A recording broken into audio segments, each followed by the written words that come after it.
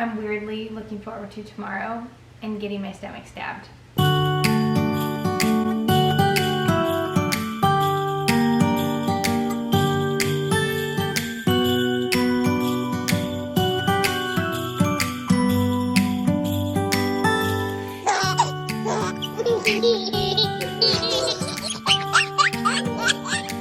Several times. Really? Yes. Because this half of my scar update, if you don't want to see a scar, probably don't watch this little short segment. I've been getting injections for, what, 3 months now? At least. Have I had them 3 times? Yeah. They're every 6 weeks. Okay. So I'm having them for the either 3rd or 4th time tomorrow. And it's really weird because they're working beautifully on exactly one half of my scar and the other half not at all. It's respecting the midline.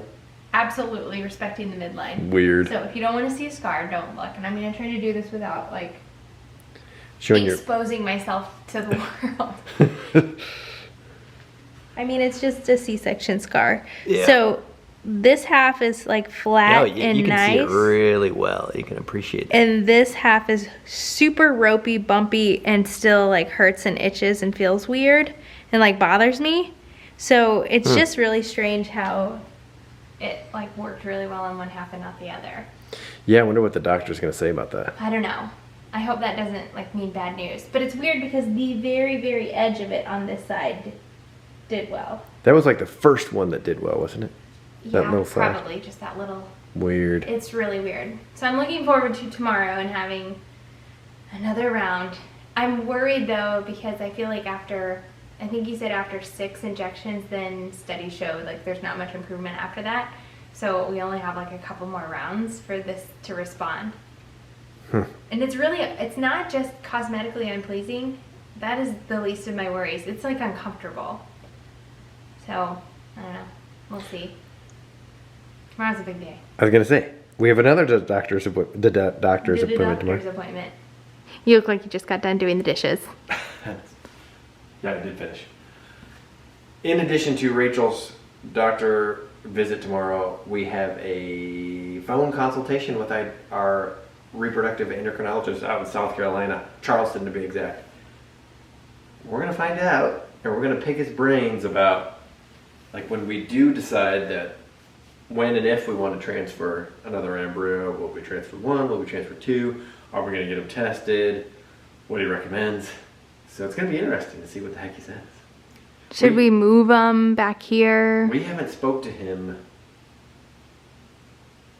I mean, since before the twins were born. Right. So, it's going to be fun to hear what he has to say. Yeah. This is my personality type, list making. Mm-hmm.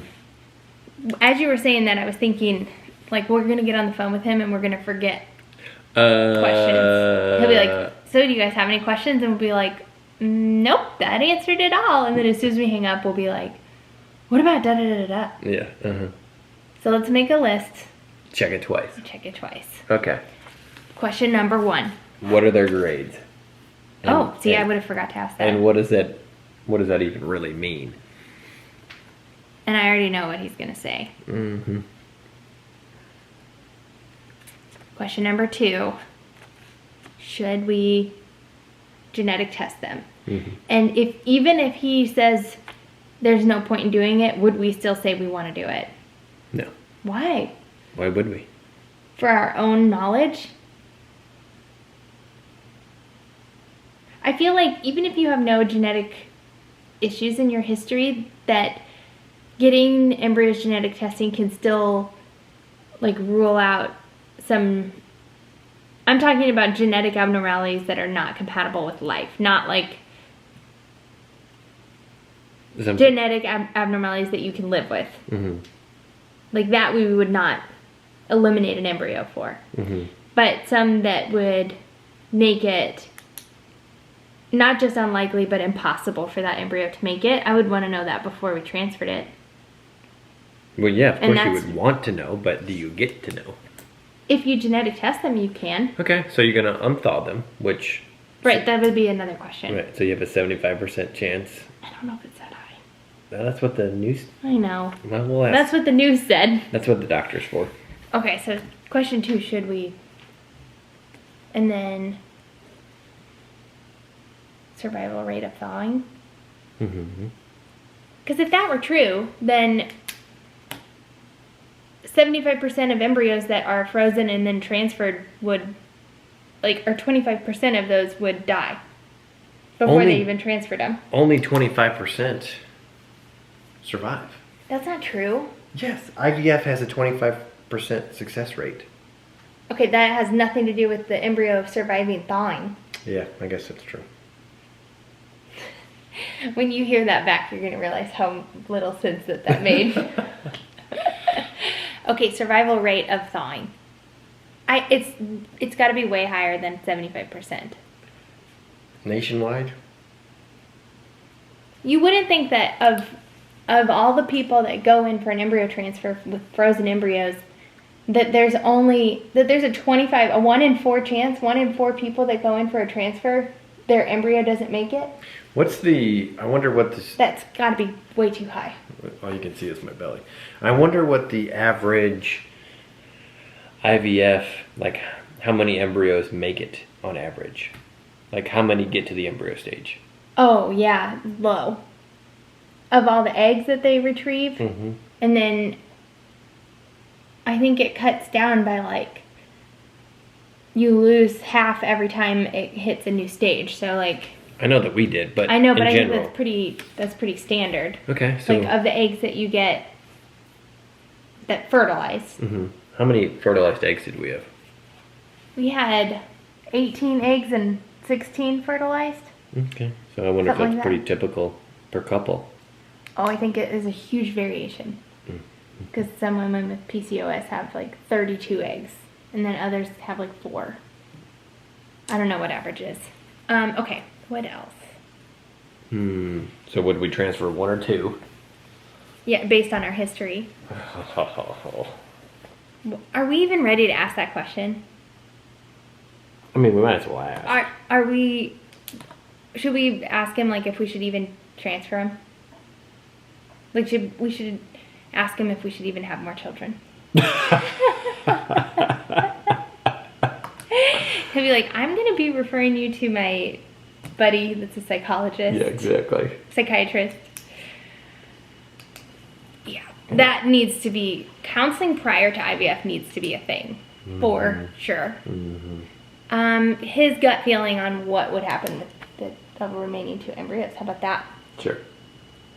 He probably doesn't have a gut feeling. He probably has And science. he doesn't want to say, like, why would you get a couple's hopes up or a couple's hopes down based on a gut feeling? He wouldn't. What if they want to know? I don't know. Slowy's pretty cut and dry. Mm-hmm.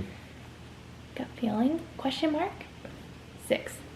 What about, like, if the time comes that we decide we do want to do a transfer, is it possible to do a non-medicated cycle? Yeah, ask that one. Or even if it's medicated, can you just do, like, suppositories as opposed to injections? If you've joined our channel within the last year, you're probably not used to us. Tuned in. Yeah. You're probably not used to us slinging words like suppositories and flash and C-section scars, but here you have it, folks. Okay, number 7. Oh my gosh, this is going to take way too much of his time. That's why he gets paid the big bucks. Yeah. That's why we Cash. pay the big bucks. Should we move the embryos? Yeah.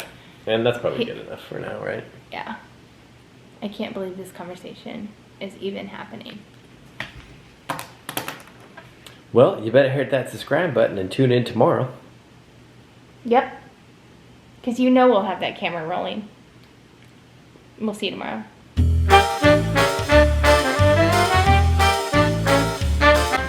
It's about 99%.